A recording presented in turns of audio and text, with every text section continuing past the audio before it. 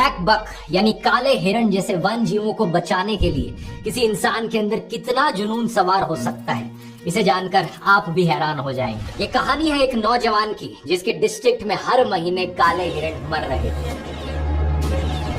ये देखकर उसे गुस्सा आता था, वो उदास होता था, लेकिन समझ नहीं पाता था कि क्या किया जाए। जब ये लड़का कॉलेज में था तो इसने अपनी बिश्नोई कम्युनिटी की एक कॉन्फ्रेंस अटेंड करी जो जंगलों को काटे जाने और वाइल्ड लाइफ को पहुंच रहे नुकसान को लेकर थी। यही वो समय था जब इस युवक के मन में जिंदगी के मायने बदल गए।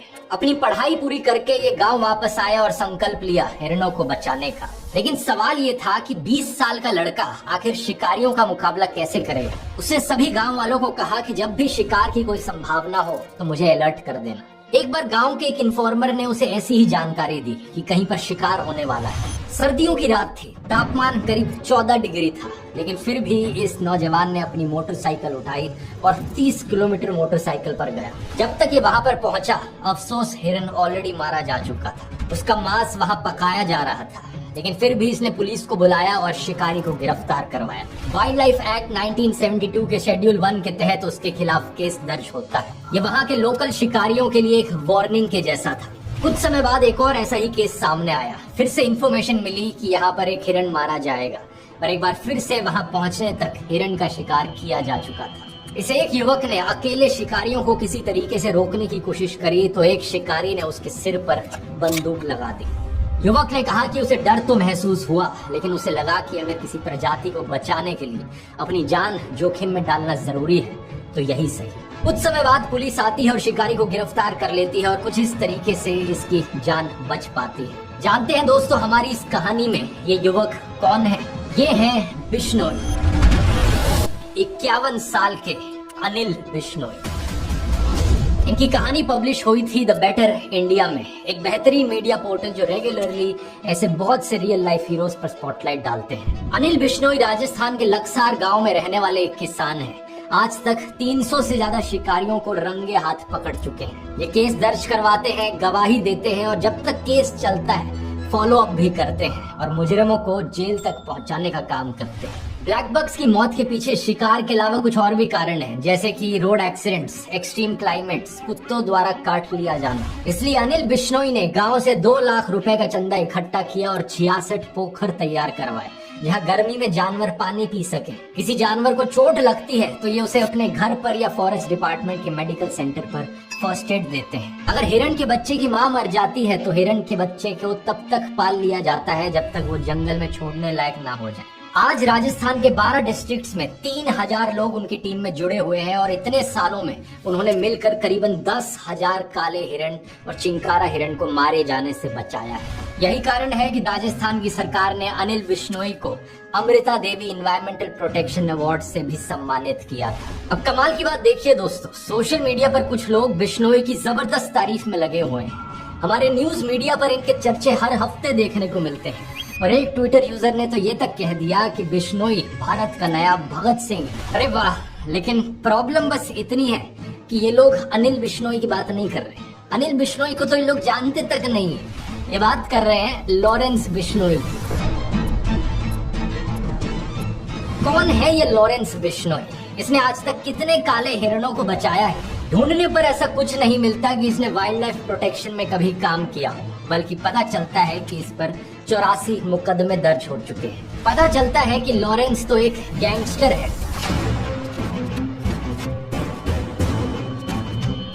अनिल बिश्नोई ने एक तरफ अपनी पढ़ाई करी सूरतगढ़ कॉलेज से और एनवायरमेंट और वाइल्ड लाइफ प्रोटेक्शन को अपना मिशन बना लिया। दूसरी तरफ लॉरेंस बिश्नोई ने अपनी पढ़ाई करी चंडीगढ़ कॉलेज से और क्या किया, स्टूडेंट पॉलिटिक्स में घुस गया। चलो ये तो अच्छी बात है, मेरा मानना है कि स्टूडेंट्स को पॉलिटिकल होना चाहिए। भगत सिंह भी अपने कॉलेज के समय पॉलिटिकल थे, ब्रिटिश सरकार के अत्याचार के खिलाफ आवाज उठाते थे। मैंने एक वीडियो किया था इनके ऊपर जिसमें मैंने बताया था कि कैसे भगत सिंह हाईएस्ट ऑर्डर के इंटेलेक्चुअल थे, बहुत सारी किताबें पढ़ते थे, क्योंकि उनका कहना था बम और पिस्तौल से क्रांति नहीं आती, क्रांति की तलवार विचारों की शान पर तेज होती है। उन्होंने कीर्ति जैसी पत्रिकाओं में बहुत से आर्टिकल्स लिखे, जैसे कि धर्म व फसाद थे उम्दा इलाज। इस आर्टिकल के जरिए उन्होंने बताया जनता को कि कैसे सांप्रदायिक ताकतें देश को तोड़ रही हैं। वो उस समय के हुए दंगों की बात कर रहे थे कि कैसे लोग एक दूसरे को सिर्फ इसलिए मार रहे हैं क्योंकि कोई हिंदू है, कोई सिख है तो कोई मुसलमान है। इस आर्टिकल में भगत सिंह ने सॉल्यूशंस भी बताए कि लोगों में वर्ग चेतना जगाई जाए, मतलब कि उन्हें एहसास कराया जाए कि वो हिंदू हो या मुस्लिम, आखिरकार वो है तो गरीब ही। और दुनिया भर के गरीब लोग, चाहे वो किसी भी रंग, रिलीजन या देश के हों, उनके वही अधिकार हैं। उनका फायदा इसी में है कि हर तरह के भेदभाव मिटा दिए जाए और सत्ता को अपने हाथों में लिया जाए। आखिर में उन्होंने उम्मीद जताई कि भारत के सच्चे हमदर्द इन समाधान के बारे में सोचेंगे और देश को आत्म विनाश से बचाएंगे। लेकिन सवाल यहाँ पर यह है कि क्या लॉरेंस ने इन समाधान के बारे में सोचा? क्या उसने देश की एकता को बढ़ाने के लिए कुछ किया? पूछो अपने आप से। भगत सिंह ने अफसोस जताया था कि जो किसान सभी के लिए अनाज उगाता है, आखिर वो भूखा क्यों रहता है? जो बुनकर सभी के लिए कपड़े बुनता है, उसके बच्चों के पास ही कपड़े क्यों नहीं होते? तो क्या लॉरेंस ने इसके लिए कोई विरोध प्रदर्शन किया कि किसानों को उनकी फसलों का ऊंचा दाम मिले? नहीं। तो क्या थी लॉरेंस बिश्नोई की स्टूडेंट पॉलिटिक्स? पुलिस डोसियर से पता चलता है कि लॉरेंस बिश्नोई स्टूडेंट पॉलिटिक्स के चुनाव में किसी कैंडिडेट के लिए कैंपेन कर रहा था जब दूसरी चुनावी पार्टी वालों से झगड़ा हो गया। उसके एक दोस्त ने पहले वार्निंग देने के लिए बंदूक चलाई और 5 दिन बाद उसने और उसके दोस्तों ने राइवल कैंडिडेट के लिए कैंपेन करने वाले किसी आदमी की कार जला दी। उसके 8 दोस्तों के साथ उसे गिरफ्तार किया गया। जेल में वो हथियारों के सप्लायर से मिला। जेल से जब बाहर आया तो गुंडागर्दी चलती रही, उस पर कई केस हुए, लेकिन दोनों पार्टी ने जब समझौता कर लिया तो केस क्वाश हो गए। ये साल 2010 की बात है जब उसने पंजाब यूनिवर्सिटी की स्टूडेंट ऑर्गेनाइजेशन के प्रेसिडेंट पोस्ट के लिए चुनाव लड़ा। इस आर्टिकल को देखिए। चुनाव हार गया तो एलिजिडली इसने अपने राइवल कैंडिडेट को अटैक कर दिया। साल 2011 में जब वो जमानत पर बाहर आया तो उसने फिर से चुनाव लड़ा और इस बार जीत गया। कॉलेज में रहते रहते ही करीब 18 मुकदमे इस पर दर्ज हो चुके थे। साल 2012 में लॉरेंस को उसकी लॉ डिग्री मिल जाती है और कोई भी आम इंसान अपनी लॉ डिग्री लेने के बाद क्या करेगा? लॉ की प्रैक्टिस शुरू कर देगा। लेकिन क्या लॉरेंस ने ऐसा किया? नहीं किया। वो कोर्ट तो गया, लेकिन मासूम लोगों को न्याय दिलवाने के लिए नहीं, वकील की तरह नहीं, बल्कि एक अक्यूज्ड की तरह कोर्ट गया। 2013 में उसने अपनी तरफ से प्रेसिडेंट पोस्ट के लिए किसी को नॉमिनेट किया और इस आर्टिकल को देखिए। कैंपेन के दौरान एलिजिडली उसने और उसके एसोसिएट्स ने राइवल नॉमिनी को जान से मार दिया और ये लोग फरार हो गए। 2014 में लॉरेंस एक पुलिस पिकेट पर पकड़ा गया। 2015 में एक कोर्ट में पेशी के दौरान वो पुलिस कस्टडी से भाग गया, लेकिन उसे फिर से गिरफ्तार किया गया। इस पॉइंट ऑफ टाइम तक वो गैंग के मुखिया के रूप में अपनी पोजीशन जमा चुका था। अब लॉरेंस के दोस्त गोल्डी बराड ने गैंग को चलाना शुरू किया। साथ ही इस नए भारत में ईज ऑफ डूइंग बिजनेस भी है दोस्तों, इसलिए जेल में रहकर भी क्रिमिनल अपना धंधा चला पाता है। तो अब लॉरेंस ने हाथ मिलाया एक और गैंगस्टर संदीप उर्फ काला जठेड़ी से। बाद में इनका झगड़ा हो गया, लेकिन पुलिस का कहना है कि जब ये साथ थे तब लॉरेंस काला जठेड़ी गैंग ने मिलकर दिल्ली, पंजाब, हरियाणा, राजस्थान में 30 मर्डर किए। मर्डर का मतलब समझते हैं आप? फिल्मों में एंटरटेनमेंट के नाम पर मर्डर इतना ज्यादा नॉर्मलाइज्ड है, स्टाइलाइज्ड है, जैसे कि पबजी जैसा कोई वीडियो गेम हो। मानो गेम ओवर हुआ तो फिर से रीसेट हो जाएगा, लेकिन असल जिंदगी में जब लोग मारे जाते हैं तो वो लौट कर नहीं आते। हमेशा के लिए उनके परिवार उजड़ जाते हैं, ना केवल फाइनेंशियली बल्कि इमोशनली भी। 30 से ज्यादा परिवार उजड़ गए यहाँ पर। लॉरेंस के सबसे बड़े दुश्मनों में से एक था दविंदर बम्बीहा। किस बात पर दुश्मनी थी इन लोगों की? क्या ऐसा था कि दविंदर बम्बीहा एक इंटरनेशनल नेटवर्क की मदद से देश में धार्मिक दंगे भड़काने का काम कर रहा हो, या फिर युवाओं को ड्रग्स सप्लाई कर रहा हो और लॉरेंस यहाँ इन सबको रोकना चाह रहा हो? नहीं, ऐसा कुछ भी नहीं था। वैसे कल को अगर कोई लॉरेंस पर बॉलीवुड फिल्म बनेगी तो जरूर ऐसा कुछ ग्लोरिफिकेशन, जस्टिफिकेशन कर देंगे ये लोग। लेकिन सच्चाई ये है कि लॉरेंस और दविंदर की दुश्मनी थी एक्सटॉर्शन मनी, यानी हफ्ता वसूली को लेकर। इसका मतलब है कि खून पसीने की, मेहनत की कमाई करना जिसके बस की बात नहीं है, वो लोग दूसरों को धमकाकर उनका पैसा लूटते हैं। धमकी देते हैं कि अगर पैसा नहीं दिया तो जान से मार देंगे, और अगर पैसा दोगे तो कुछ नहीं कहेंगे और दूसरे गैंग से भी तुम्हें बचाएंगे। दविंदर बम्बीहा का एक्सटॉर्शन रैकेट चंडीगढ़, मोहाली और पंचकुला में चलता था। लॉरेंस को भी यही पाप की कमाई चाहिए थी, तो इनकी इंटर गैंग राइवलरी की वजह से पंजाब, दिल्ली, चंडीगढ़ में शूटआउट्स हुए। हफ्ता वसूली के अलावा लड़ाई का एक और कारण था पंजाब म्यूजिक इंडस्ट्री और कबड्डी के खिलाड़ियों पर अपना शिकंजा कसना। लेकिन सितंबर 2016 में दविंदर बम्बीहा एक पुलिस इनकाउंटर में मारा जाता है। ਵੱਡੀ खबर बठिंडा तो है जिथे gangster Davinder Bambiha police encounter ਦੇ ਵਿੱਚ मारा गया। जो आजकल का यूथ बड़ा आकर्षित होता है इन गैंगस्टर्स को देखकर, वो ये बात अच्छे से समझ ले, जब भी कोई गैंगस्टर जिंदा होता है उसे छुप छुप कर रहना पड़ता है, या तो जेल में, और अगर जेल में नहीं है तब भी उसकी जिंदगी एक लग्जरी जेल की जैसी ही होती है। भले ही उसके पास पैसा है, लग्जरी है, लेकिन उसे रहना पड़ता है है छुप छुप कर। अब चाहे ये लॉरेंस बिश्नोई हो या फिर दाऊद इब्राहिम, जिस तरह आपके और मेरे जैसे लोग कभी इंडिया गेट पर मजे से कुल्फी खाते हैं, कभी ऋषिकेश में दोस्तों के साथ राफ्टिंग करते हैं, अपने परिवार वालों के साथ खुशी खुशी फेस्टिवल्स मनाते हैं, ये सब आजादी इन गैंगस्टर्स को नसीब नहीं होती। इन्हें हर समय डर लगा रहता है कि कोई इन्हें मार देगा, या तो कोई दूसरा गैंगस्टर इन्हें मार देगा, या फिर पुलिस इनकाउंटर में मारे जाएंगे, या फिर जेल में बंद रहेंगे। ये भी हो सकता है कि जेल के अंदर अंदर ही इन्हें मार दिया जाए। रविंदर बम्बिहा के अलावा कितने सारे एग्जाम्पल्स हैं इसके, जैसे कि लॉरेंस गैंग का एक और मशहूर गैंगस्टर था अंकित बहादुर। जब लॉरेंस को जेल हुई तो पंजाब और राजस्थान में अंकित ने ही गैंग को संभाला। इस पर 4 मर्डर और 15 एक्सटॉर्शन केसेस चल रहे थे और फरवरी 2019 में जीर कपूर में पुलिस इसका एनकाउंटर कर देती है और ये मारा जाता है। लेकिन इतना ही नहीं, जनसत्ता की एक रिपोर्ट में बताया कि इसकी मौत के बाद इसके पिता ने अस्पताल में इसका शव ले जाने से मना कर दिया। उन्होंने कहा कि मेरे बेटे ने जो किया है उसका अंजाम यही होना था और मैं देश के यूथ से अपील करता हूँ कि कोई भी मेरे बेटे जैसा ना बने, अगर कोई बनेगा तो उसके साथ भी यही होगा। ऐसी ही एक कहानी है ड्रेडेड क्रिमिनल जितेंद्र गोगी की। ये भी लॉरेंस बिश्नोई काला जठेड़ी गैंग से जुड़ गया था। 4 साल तक पुलिस से आंख में चोली चलती रही और आखिरकार मार्च 2020 में पुलिस ने इसे धर दबोचा। रोहिणी कोर्ट में इसे हियरिंग के लिए लाया जा रहा था कि तभी 2 लोग वकील के कपड़ों में आए और कोर्ट प्रेमिसेस में ही इसे गोली मार दी।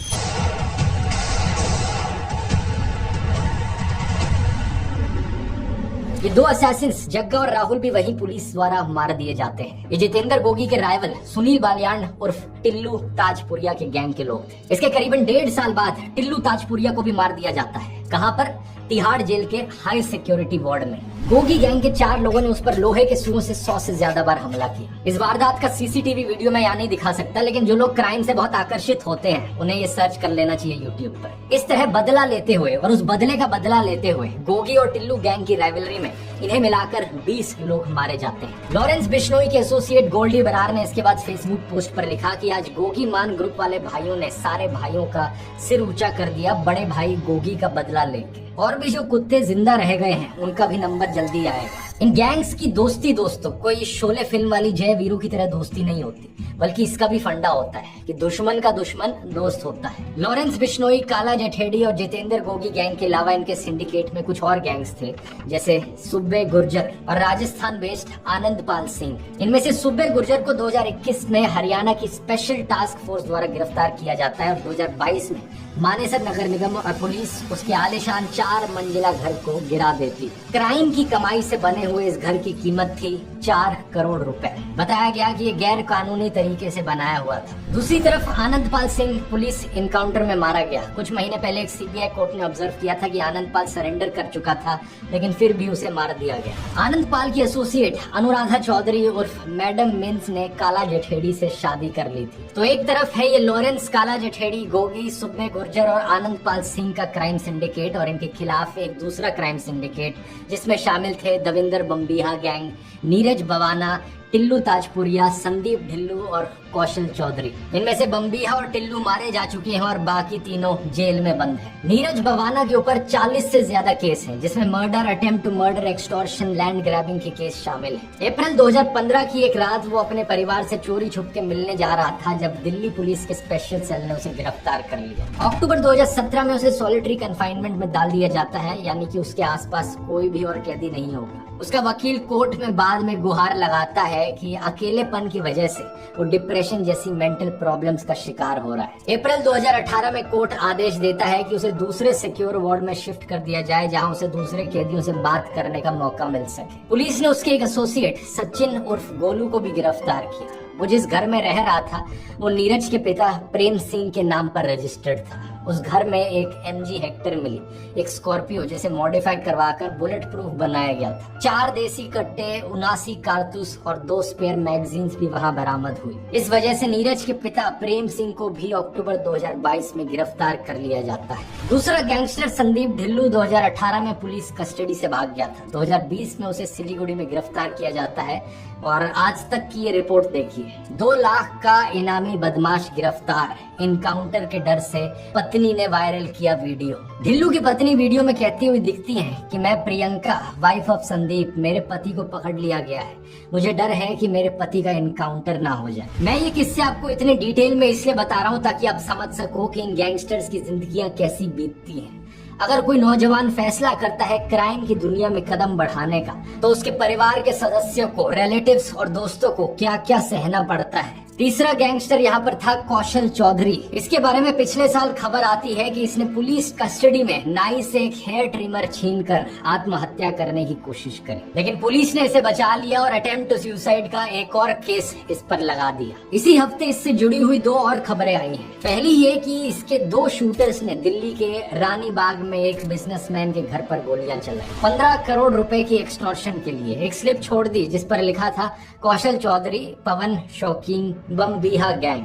दोनों शूटर्स को गिरफ्तार कर लिया गया। दूसरी खबर देखिए, कौशल चौधरी ने लॉरेंस को मरवाने के लिए प्लान बनाया। इसी से ही रिलेटेड कुछ दिन पहले की ये खबर भी देखिए। क्षत्रिय करनी सेना ने 1,11,11,111 रुपए का इनाम देने की घोषणा करी है उस पुलिस ऑफिसर को जो लॉरेंस बिश्नोई को मारेगा। ऐसा इसलिए क्योंकि करनी सेना के अध्यक्ष सुखदेव सिंह गोगामेडी की हत्या कर दी गई थी और इसकी जिम्मेवारी लॉरेंस गैंग ने ली थी। कुछ दिन बाद इस खबर में अपडेट आता है कि सिर्फ पुलिस ऑफिसर को ही नहीं, अगर साबरमती जेल में बंद कोई कैदी भी लॉरेंस को मारेगा तो भी उसे ये इनाम मिलेगा। जो पुलिसकर्मी लॉरेंस बिश्नोई का एनकाउंटर करेगा उस पुलिसकर्मी को 1,11,11,111 रुपए का पुरस्कार करनी सेना द्वारा प्रदान किया जाए। लेकिन दूसरी तरफ से कौशल चौधरी भी लॉरेंस की हिट लिस्ट पर है। ऐसा लॉरेंस ने एनआईए को पूछताछ में बताया।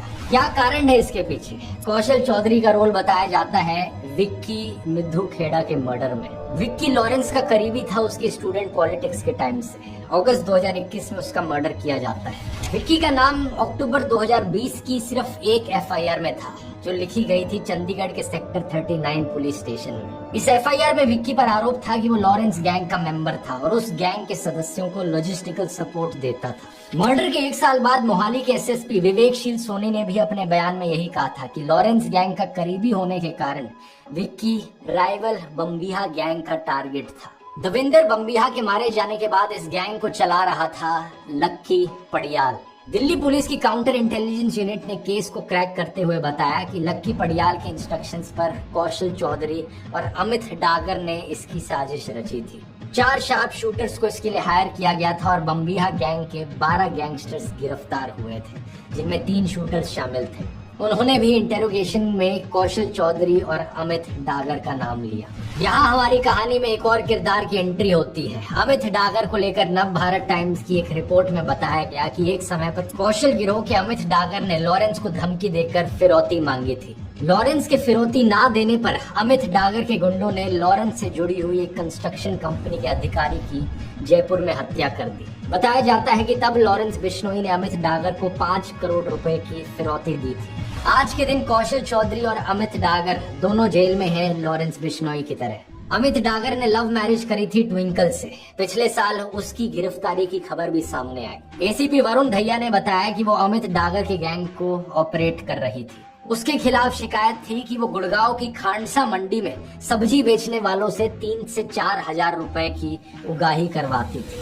उसको पकड़ने में सफलता प्राप्त करी थी। ये उसके साथ मिलकर खांडसा मंडी के अंदर एक्सटॉर्शन उगाही वगैरह का काम कर रही थी। इसके ऊपर अवैध वसूली और एक्सटॉर्शन के संबंध में कुछ ऐसे संगीन आरोप है जिसके तहत इसके खिलाफ जो कार्रवाई अमल कराई।